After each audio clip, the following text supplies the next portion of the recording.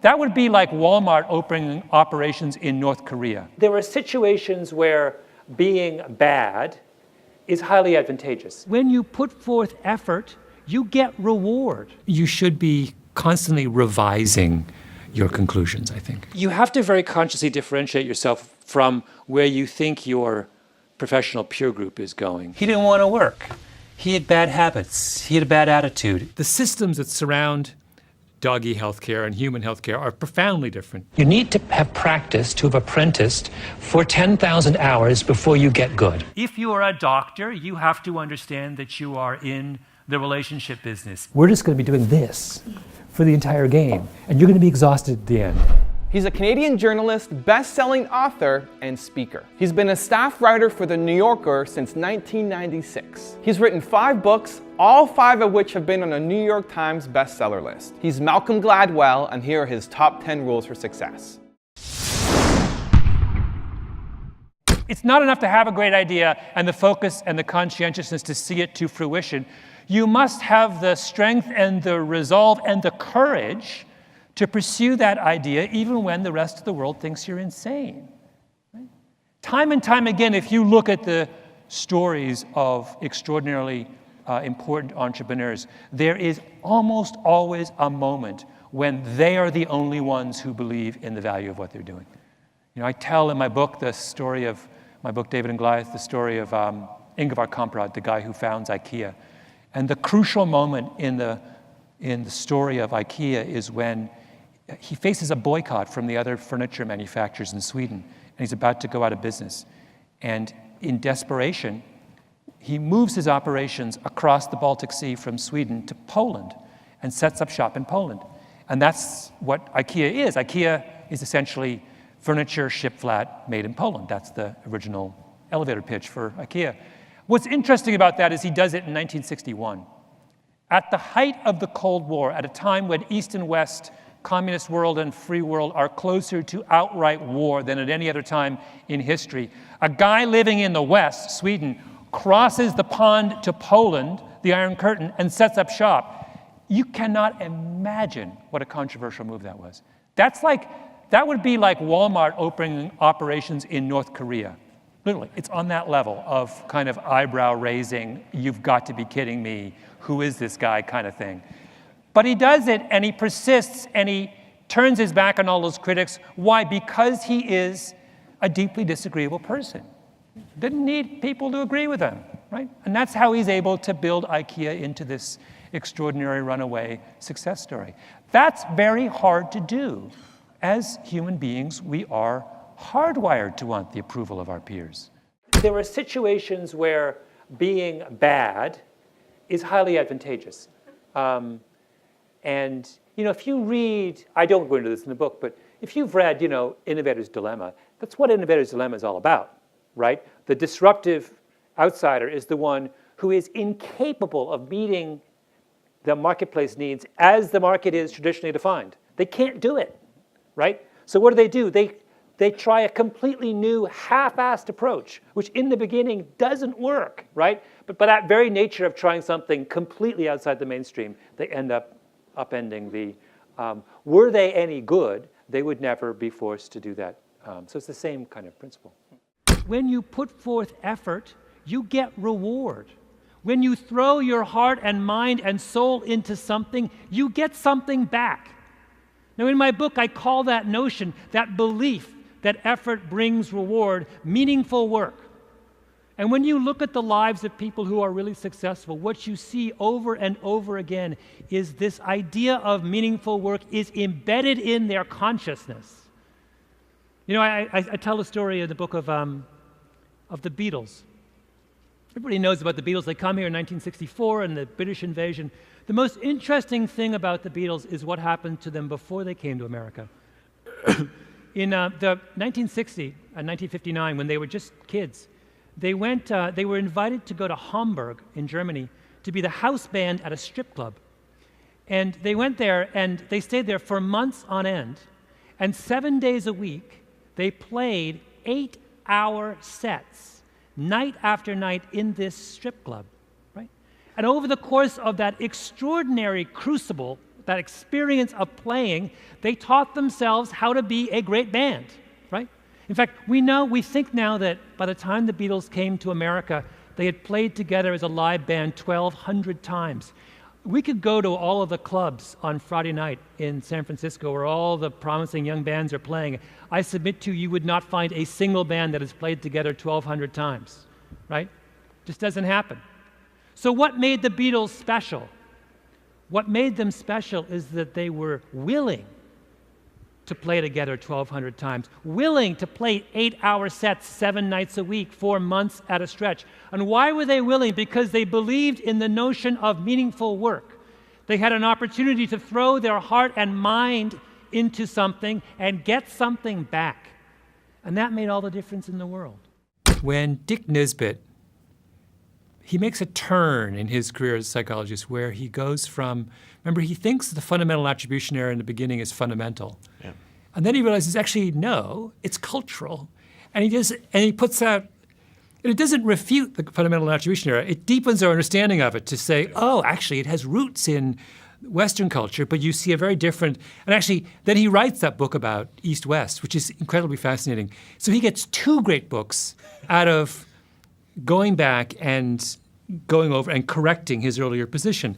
That, to me, is the model for how you ought to behave in the intellectual world, which is, I think, you should always double back and say, well, no, wait a minute, this is more complicated here. We can kind of and contradiction is too strong a word. But you should be constantly revising your conclusions, I think. My strategy has always been, you have to very consciously differentiate yourself from where you think your professional peer group is going. To the extent that people migrate to things that are accessible online, I feel I should migrate to things that are inaccessible online. So the value, or to the extent that people stop reading books and read, I feel I need to read more books. So what I've been trying to do is to it's why I spend a lot of time in actual physical libraries reading things in hard copy, because there's a kind of a serendipity that you get when this is not in any way meant as a criticism, by the way, of search engines, for example, which are incredibly useful, but they also have limitations. They reward a certain kind of serendipity, and they punish another kind of serendipity, right?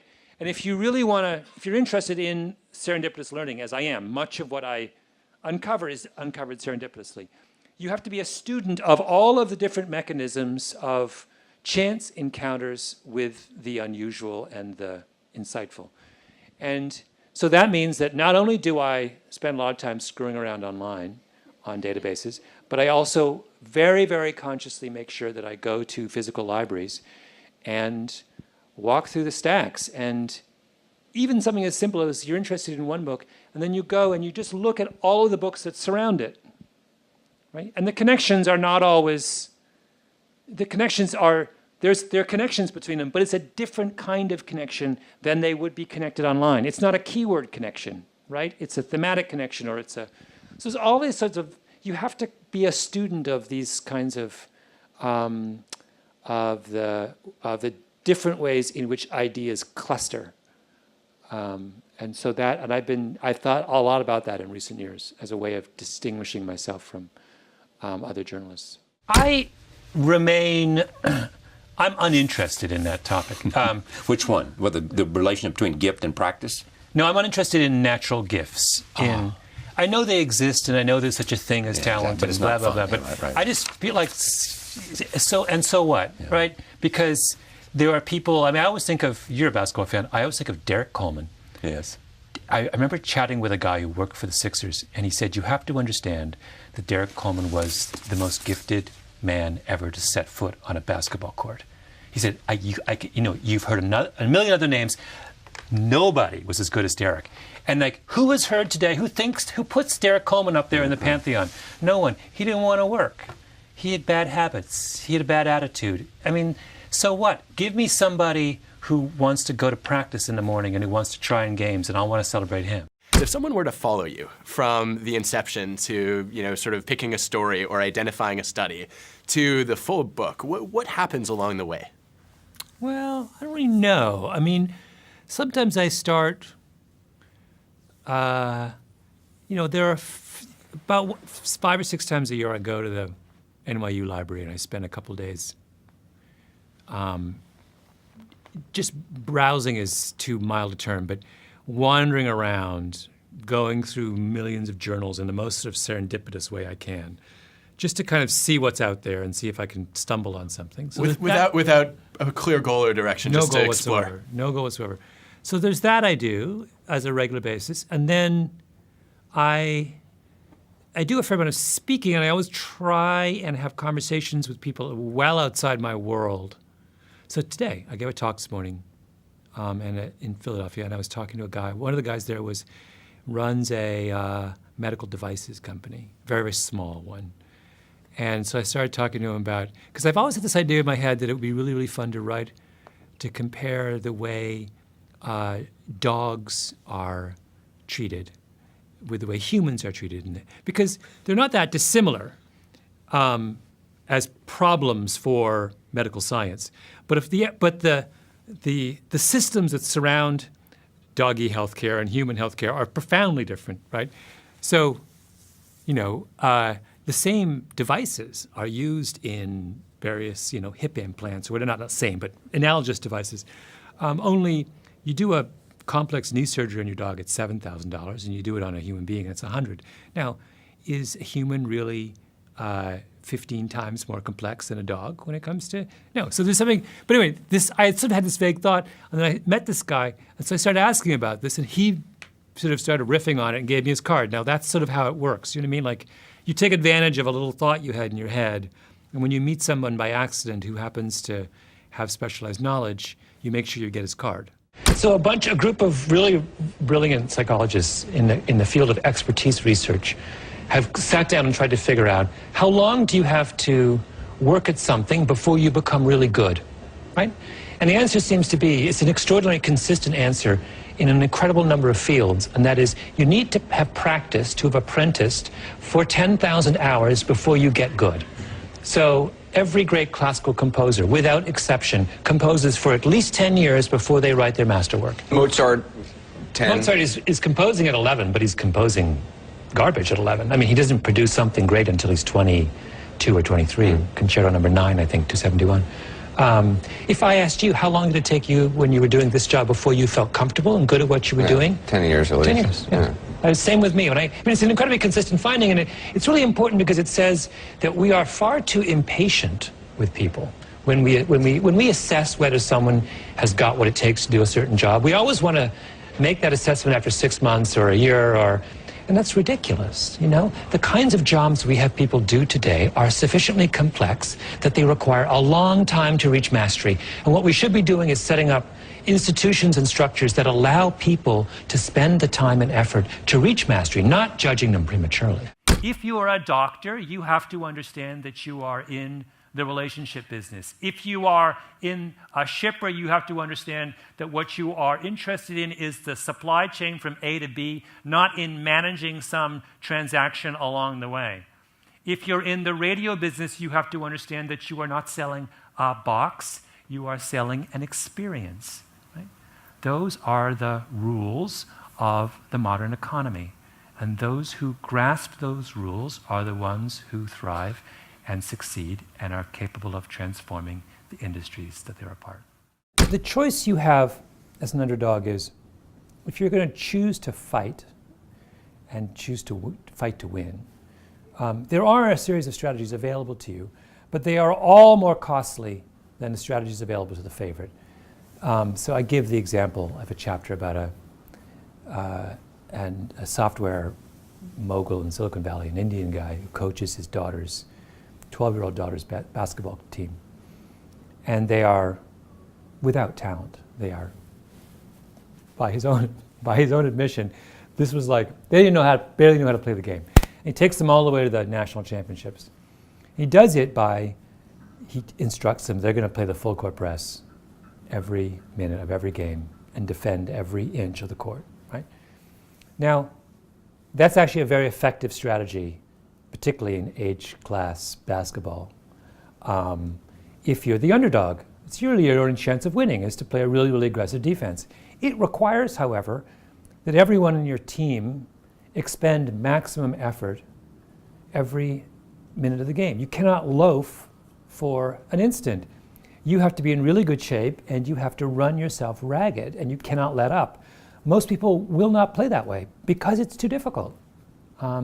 If I said to you, we're not going to be doing elegantly designed plays and shooting gorgeous baskets and passing the ball, we're just going to be doing this for the entire game and you're going to be exhausted at the end. Most kids would say, that's not why I signed up. So it's like, that's a kind of classic illustration of that effort is the route, one of the routes available to the underdog. I can outwork you, even if I may not be able to outspend you, but I can outwork you. Well, outworking is a tall order. It's not easy to do, you know. That's, as anyone who has worked in a startup knows, that's one of the stressful parts of it. But successful startups, I've never seen any actual data on this, but do we think that people working for successful startups work longer hours than people who work for Fortune 500 companies? My guess is yes. Thank you so much for watching. I made this video because Jim Zhang asked me to. So if there's a famous entrepreneur that you want me to profile next, leave it in the comments below and I'll see what I can do. I'd also love to know which of Malcolm Gladwell's top 10 rules meant the most to you, had the biggest impact. Leave it in the comments and I'll join in the discussion. Thank you so much for watching. Continue to believe and I'll see you soon.